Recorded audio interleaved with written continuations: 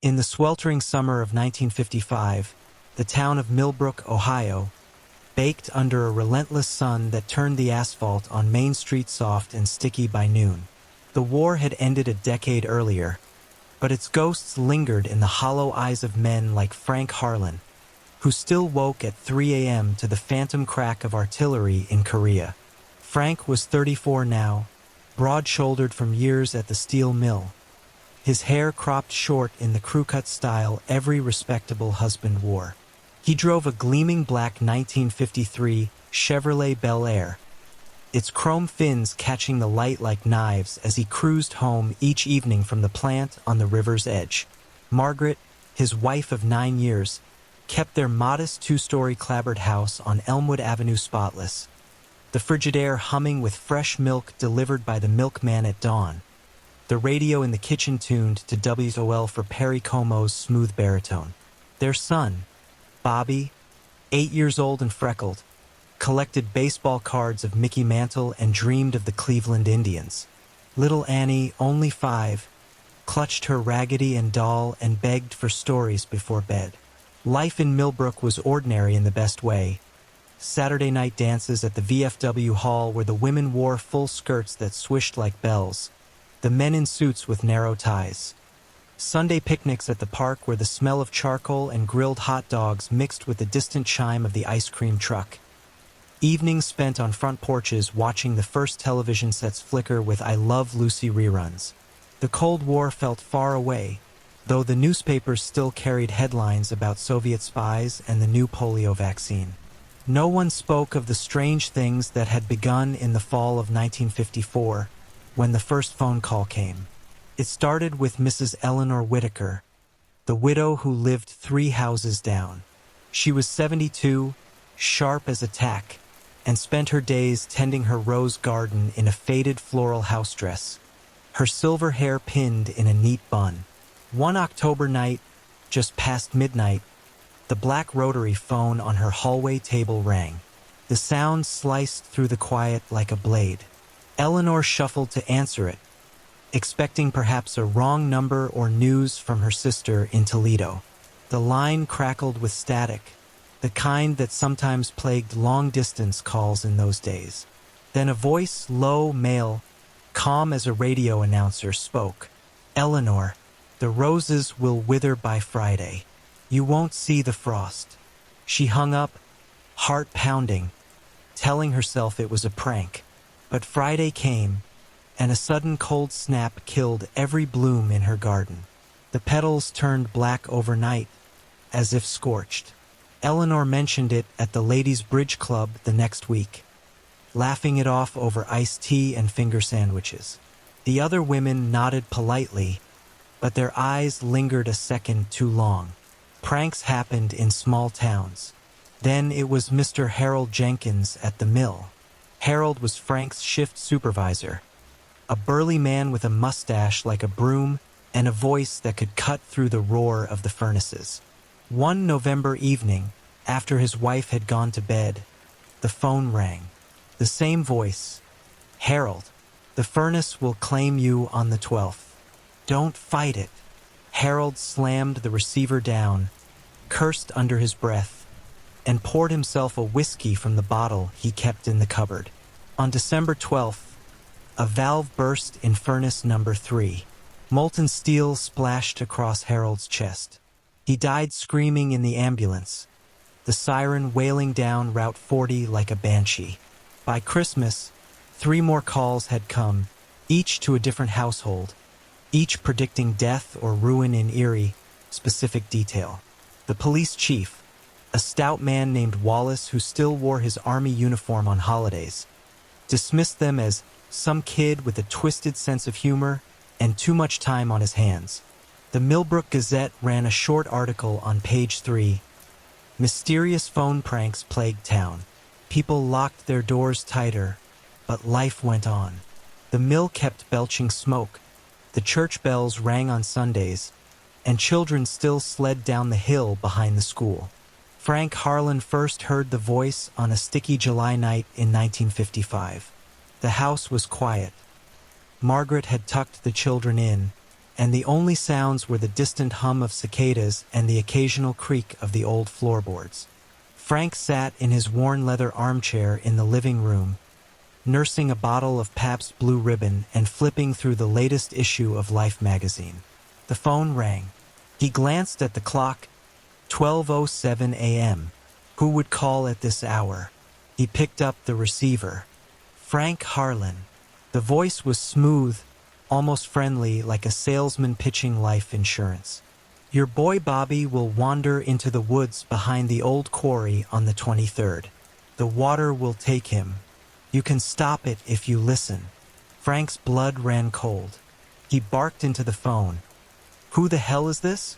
This ain't funny. The line went dead with a soft click. He sat staring at the receiver for a full minute, then slammed it down. Margaret stirred upstairs, calling sleepily. Frank? Everything all right?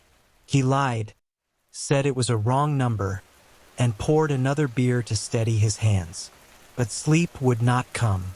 He lay awake until dawn, listening to the house breathe. The next morning at breakfast, Bobby chattered about wanting to explore the quarry woods with his friends after school. They say there's an old mine shaft back there, Pa. Maybe treasure. Frank snapped at him sharper than he meant, forbidding it outright. Margaret raised an eyebrow but said nothing. She knew the war had left scars. Frank drove to the mill with the radio blaring to drown out his thoughts, but the voice echoed in his head all day. Weeks passed.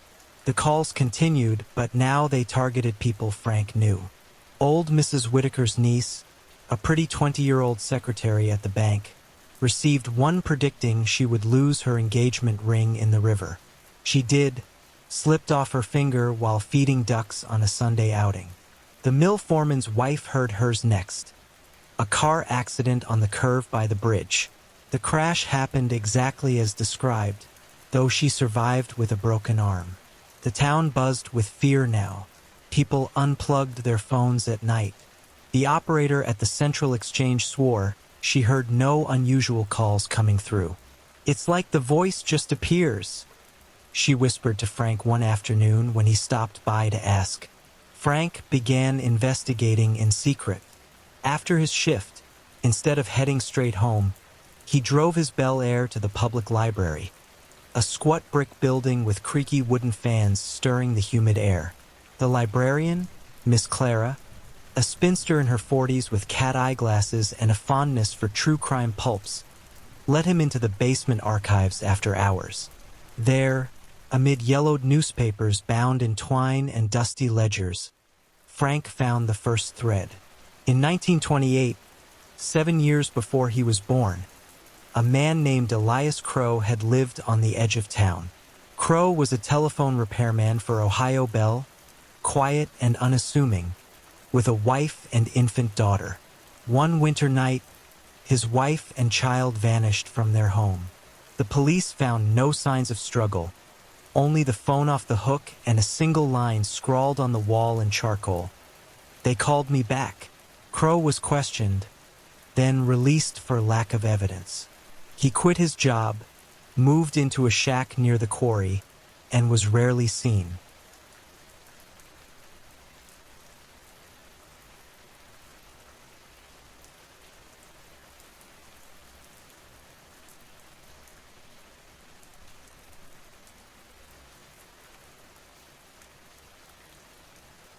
In 1931, he was found dead at the bottom of the old mine shaft, his body mangled as if he had fallen or been pushed. The Gazette called it suicide, but the coroner's report, buried deep in the files, noted strange marks on his neck, like fingerprints made of ice. Frank's hands trembled as he read. He photocopied what he could on the library's clunky machine, the flashbulb popping like gunfire, and drove home in the gathering dusk. Margaret noticed his distraction that evening. You're not yourself, Frank. The mill? Or something else?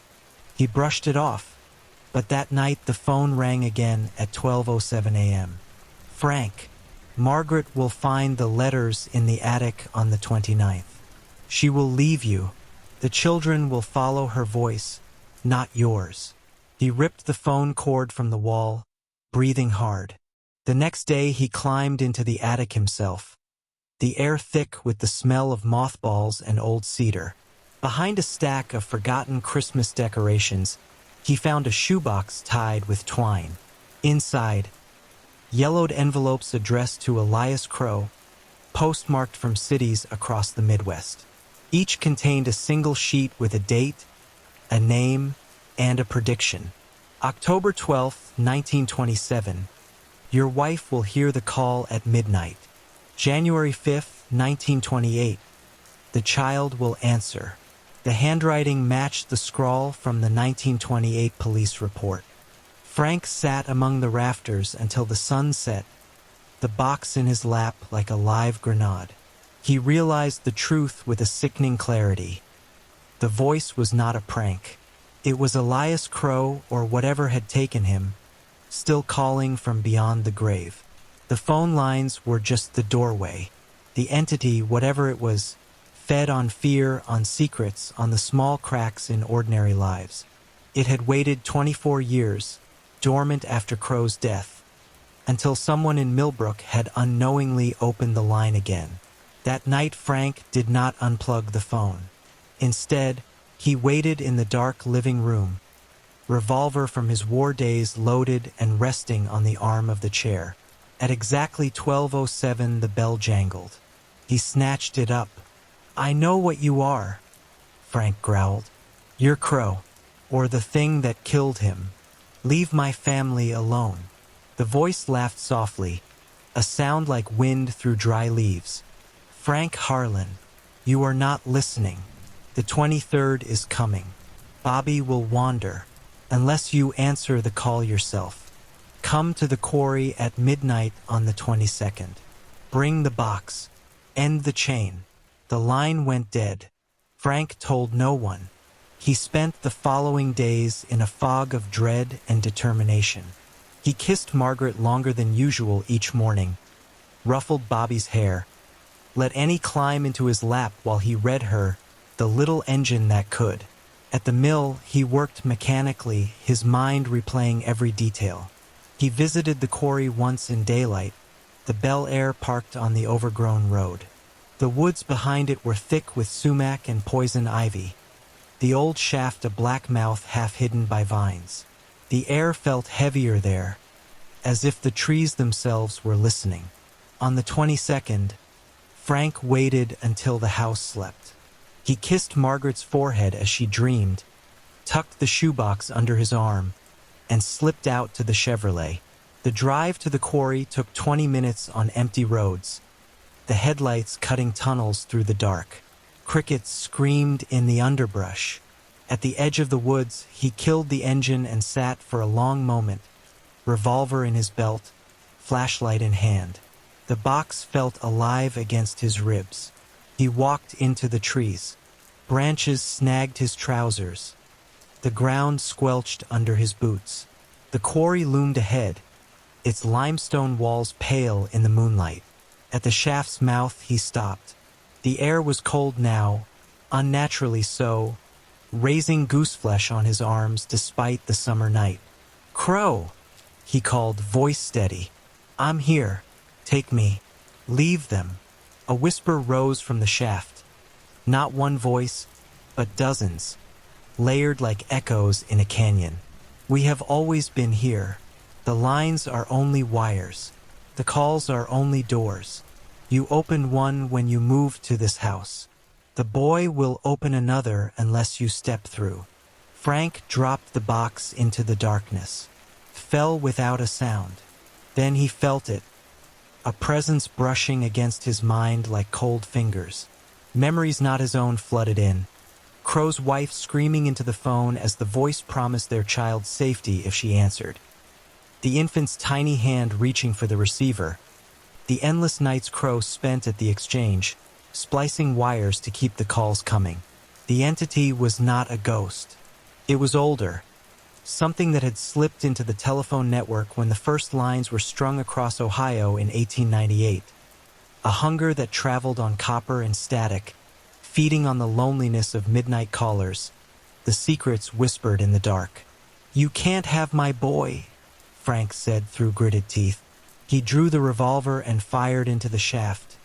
Once, twice, the shots cracking like thunder. The echoes multiplied, becoming laughter. The cold intensified, seeping into his bones. His flashlight beam flickered, revealing shapes in the darkness below. Pale faces, mouths open in silent screams, eyes like empty sockets. Then the voice spoke again, close now, inside his head. "You have answered, Frank Harlan. The chain continues, but your son will live for now."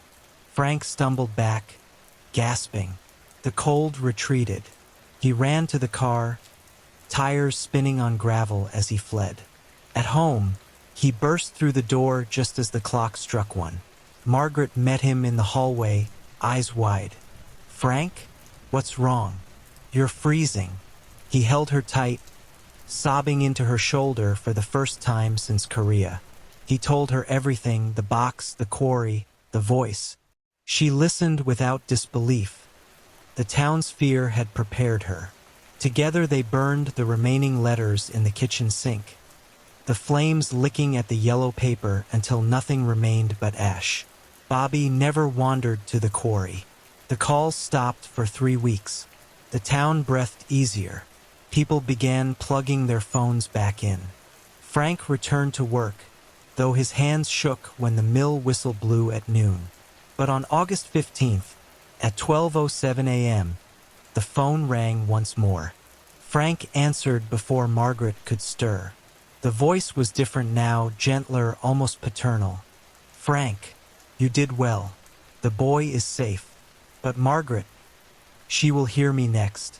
On the 31st, unless you keep the line open for us. Every midnight, 1 call, 1 secret. Feed us and we leave your blood alone." Frank stared at the receiver, the dial tone now humming innocently. He looked at the sleeping forms of his wife and children upstairs, the soft glow of the nightlight in Annie's room. The war had taught him survival meant sacrifice. He hung up slowly, then walked to the hallway closet and took out the toolbox. With steady hands, he spliced a new wire into the phone line, a small loop that would keep the connection alive even when the receiver rested in its cradle. From that night on, Frank Harlan sat by the phone at midnight. He spoke in whispers, small secrets at first. The foreman's affair with the secretary, the banker's hidden gambling debts, the librarian's hidden bottle of gin. The voice listened, fed, and grew quiet again. The town never knew. Disappearances stopped. Life returned to its comfortable rhythm. Baseball games on the radio, church socials, drives to the new drive-in theater where teenagers necked in the back rows of their cars under the stars. But Frank aged 10 years in 6 months. His hair grayed at the temples. His laugh grew rarer. Margaret noticed the shadows under his eyes and the way he jumped at the phone's ring during the day. She never asked again after that first confession. Some doors, once opened, could not be closed. On the last night of 1955, as snow dusted the rooftops of Millbrook and the children hung stockings by the fireplace, Frank sat alone in the living room. The clock struck 12. The phone rang. He answered without hesitation. "Tell us a secret, Frank," the voice said, warm as an old friend. Frank closed his eyes. "My wife is pregnant again. A girl. I haven't told her yet. I'm afraid the calls will reach her too one day." The voice sighed with satisfaction. "Good. The chain grows stronger. Sleep now, Frank Harlan. Your family is safe tonight." Frank hung up and stared into the dying embers of the fire. Outside, the wind whispered through the bare branches of the elm trees, carrying faint echoes that might have been voices or might have been only the ordinary sounds of a 1950s winter night. He rose, checked the locks on every door, and climbed the stairs to bed. Margaret stirred as he slid under the covers. "Everything all right, darling?" she murmured. "Everything's fine," he lied, pulling her close. "Just the wind." Downstairs, the phone sat silent in its cradle, the secret wire humming faintly like a heartbeat beneath the floorboards. In the years to come, Bobby would grow tall and strong. Annie would learn to ride a bicycle with streamers on the handlebars, and the new baby girl would laugh at the radio. The mill would prosper, the town would expand, and no one would ever speak of the midnight calls again. But every night at 12:07, Frank Harlan would rise from his bed, walk downstairs in his slippers, and answer the phone.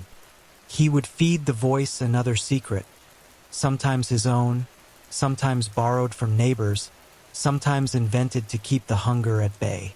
And the voice would thank him, promise safety, and retreat into the wires until the next night. The American dream continued in Millbrook, Ohio. Children played in the streets. Families gathered for Thanksgiving turkeys roasted in shiny new ovens. Men drove shiny new cars to work. Women hung laundry on clotheslines that snapped in the breeze. But in one house on Elmwood Avenue, a man sat alone each midnight, listening to the whispers that never truly stopped. And somewhere deep beneath the quarry, in the dark where copper lines had once been laid and forgotten, something ancient smiled with 1,000 borrowed mouths, waiting for the next call to come through. Frank never told another soul. The secret was his to carry, heavy as the revolver he kept oiled and loaded in the drawer by his bed. He knew the truth now. The calls had never been about death alone. They were about connection, the terrible, eternal kind that bound the living to the unseen. And in the quiet heart of 1950s America, where every home had a phone on the wall and every family had dreams of a brighter tomorrow, the line stayed open, forever,